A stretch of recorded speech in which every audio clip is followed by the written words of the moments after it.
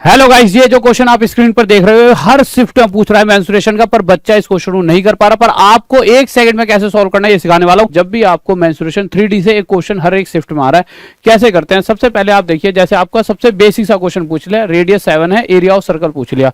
आप क्या कहोगे, area of circle pi r का स्क्वायर होता है। पाई यानी 22/7 होता है। पाई का मतलब क्या होता है, 22/7। अगर किसी को ना पता हो तो समझ लीजिए। 22/7 का मतलब होता है 2 गुणा में 11। तो मैं इसे 22/7 को 2 गुणा में 12/7 लिख सकता हूँ। आर का स्क्वायर यानी 7 × 7। तो जब मैं काटूंगा तो 7 से 7 कट जाएगा, ठीक है। 7 × 2 = 14 और 1 और 4 5, क्योंकि 11 का रूल क्या होता है, 11 के साथ किसी नंबर की मल्टीप्लाई करोगे तो उस नंबर को ऐसा ऐसा रखिए और 1 और 4 बीच में उसके 5 लिख दीजिए, उसका मल्टीप्लाई हो गया, यानी 154 हमारा आंसर आ गया। पर मैं चाह रहा था कि ना मैं सीधा का सीधा डायरेक्ट ही आंसर दूं, मेरे को इतनी मेहनत ना करनी पड़े, क्योंकि सर्कल का एरिया का फॉर्मूला आता है पर स्पेयर का आ जाए तो नहीं आता होगा, मुझे सिलेंडर का फॉर्मूला नहीं आता। अगर किसी बच्चे को फॉर्मूले नहीं आते, इसका मतलब थोड़ी वो क्वेश्चन छोड़ देगा। तो कैसे एक सेकंड में सॉल्व कर सकते हैं, तो उसके लिए आप एक चीज ध्यान दीजिए। पाई का मतलब क्या है, 22। 22 का मतलब क्या है, 11 गुणा में 2, यानी हर वो हमारा जो भी आंसर है हर बार वो 11 या 2 से डिवाइड होगा। तो सबसे पहले चेक करो कि नंबर 11 से डिवाइड है नहीं। सबसे फर्स्ट 11 से, जब हम 11 से चेक कर रहे होंगे तो आप देखेंगे ये 11 से डिवाइड नहीं है, ये भी 11 से डिवाइड नहीं है, ये 11 से डिवाइड है, ये भी 11 से डिवाइड नहीं है। तो ये आंसर। अब आपको सर 11 से चेक करने में तो टाइम लग जाएगा, उसके लिए मैं ट्रिक बताता हूं। बट उससे पहले एक छोटी सी चीज और, कभी कभी ऐसा होता है 2 ऑप्शन ऐसे आ जाएंगे जो 11 से डिवाइड होंगे। भाई फॉर्मूला लगाओगे तो वही आपका 22 आएगा, 22 यानी 11 गुणा में 2। जब आप चेक करोगे तो ये नंबर भी 11 से डिवाइड और ये वाला नंबर भी 11 से डिवाइड। जो 11 से डिवाइड नहीं है वो कभी भी जिंदगी में आंसर नहीं हो सकता। जो 11 से डिवाइड नहीं है वो कभी भी आपका आंसर नहीं हो सकता। अब कैसे आंसर दें, तो आंसर कैसे दे सकते हो, देखिए 11 से तो चेक कर लिया, अब 2 से चेक कर लो। 2 से कौन सा नंबर डिवाइड होता है, जिसका लास्ट डिजिट 2 से डिवाइड हो। तो इसका लास्ट डिजिट 2 से डिवाइड तो है नहीं, तो ये आंसर नहीं है। इसका 2 से डिवाइड है, तो यही 100% हमारा आंसर होगा। अब मुद्दा उठ जाता है कि हमें कैसे पता लगे कोई नंबर 11 से डिवाइड है या नहीं। उसके लिए 2 तरीके होते हैं। जैसे मैंने 7 4 11, एक छोड़कर एक, इसके बाद 3 लिया, 4 लिया, और इसी तरह से 3 और 8 11।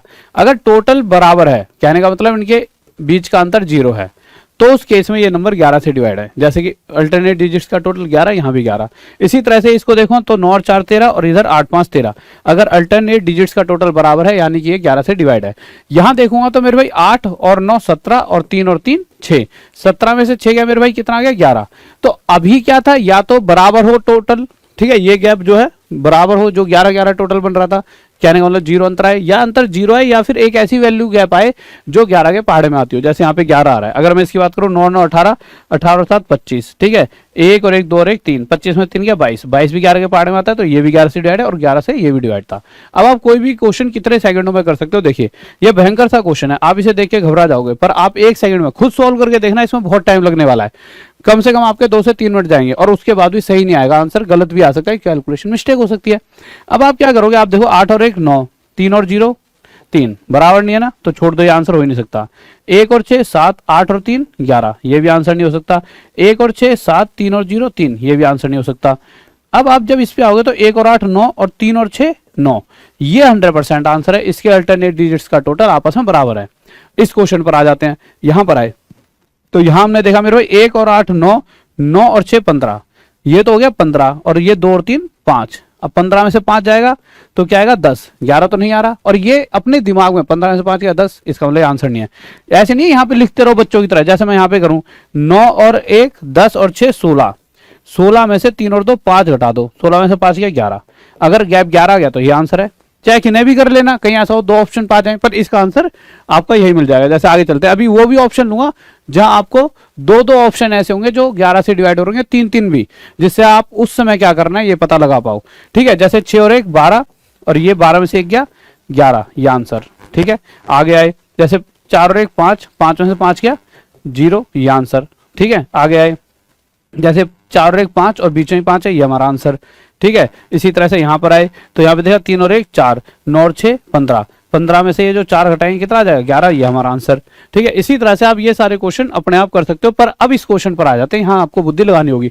जो जो क्वेश्चन मैं बीच में छोड़ते आ रहा हूँ उसका कमेंट बॉक्स में आंसर देते रहना। जैसे 10वें का सर ये है, कम से कम 3 से 4 क्वेश्चन होमवर्क में दूंगा, ठीक है। तो इस क्वेश्चन पर आए तो एक और देखो पॉइंटों में आंसर है ना। इस क्वेश्चन का जब पहली बार आया था ना, बच्चा घबरा गया, गुरुजी पॉइंटों वाले क्वेश्चन आ रखे थे। मैंने कहा बेटे देखो 1 और 5 6, 0 और 6 6, 6 और 6 बराबर, तो ये हमारा आंसर। ठीक है, तो सिखा सब कुछ रखा है, बस ये कि उस समय किसकी बुद्धि चल रही है वो जरूरी है। अब जैसे इस वाले क्वेश्चन की बात करूं, यहां पर आगे बच्चा अटक जाता है। क्यों अटक जाता है? क्योंकि इस क्वेश्चन के अंदर मेरे प्यारे बच्चों आप देखोगे 8 और 2 10, 10 में से 0 गया, ये हमारा आंसर नहीं हो सकता। 8 और 2 10, 10 में से 8 गया, ये भी आंसर नहीं हो सकता। पर जब आप यहां पहुंचोगे तो 8 और 3 11 और ये 0, 11 में से 0 गया 11, यानी ये 11 से डिवाइड है, 7 4 11, 11 में से 0 गया 11, ये भी हमारा आंसर है। अब क्या किया जाए, यहां तो हमारे पास दो दो आंसर आ गए। तो आपको पता है पाई फॉर्मूले में यूज होगा, जिसका मतलब 22/7 होता है, और 3D के मैक्सिमम सही फॉर्मूलों में पाई का इस्तेमाल होता है। 22 यानी 11/2, सॉरी 11/2 कह रहा हूं, 11 गुणा में 2, यानी 11 से अगर ये 2 डिवाइड हैं तो दोनों 2 से भी डिवाइड होने चाहिए। जो 2 से डिवाइड होगा वो हमारा आंसर। 2 का रूल क्या कहता है? ऐसे 3 3 3 3 9 9 2, या फिर यहाँ पे 9 की जगह 2 की जगह 4 हो, कुछ भी हो, ये नंबर चेक करने के लिए ना कि 2 से डिवाइड है या नहीं, उसके लिए सिर्फ आखिरी डिजिट चेक कर लो। अगर ये 2 से डिवाइड है तो ये पूरा नंबर भी 2 से डिवाइड। तो भाई इन दोनों में से इसकी आखिरी डिजिट 2 से डिवाइड होगी। 8 आता है 2 के पहाड़ में, 7 तो आता नहीं है, तो यही होगा हमारा आंसर, क्योंकि ये 2 के और 11 के दोनों के पहाड़ में आ रहा है। अगला क्वेश्चन देख लेते हैं, ये वाला। अब इस क्वेश्चन के अंदर अगर आप देखो तो 3 ऑप्शन मिलेंगे आपको। 8 4 12, 12 में से 1 गया 11, ये भी आंसर है। 8 5 13, 13 में से 2 गया 11, ये भी आंसर है। 9 4 13, 13 में से 2 गया 11, ये हमारा आंसर। यानी ए ऑप्शन आंसर हो सकता है 814, बी ऑप्शन आंसर हो सकता है 825, बी नहीं है वो सी है, सी हो सकता है 825 और डी हो सकता है 924। अब अगर आप ध्यान से देखोगे तो जब ऐसे इतने ऑप्शन आ जाए ना, तो आपने सबसे पहले देखा 11 से, 2 से मत देखना, पहले किससे देख लेना। इसके अंदर ना क्या छुपा हुआ है? 9 3 18। वैसे हम 7 से भी देखते हैं, पर 7 की जरूरत पड़ती ही नहीं है, सच बताऊं तो 7 की तो फिर आखिरी आ जाता है कि भाई 7 की जरूरत हमें पड़ रही होती है।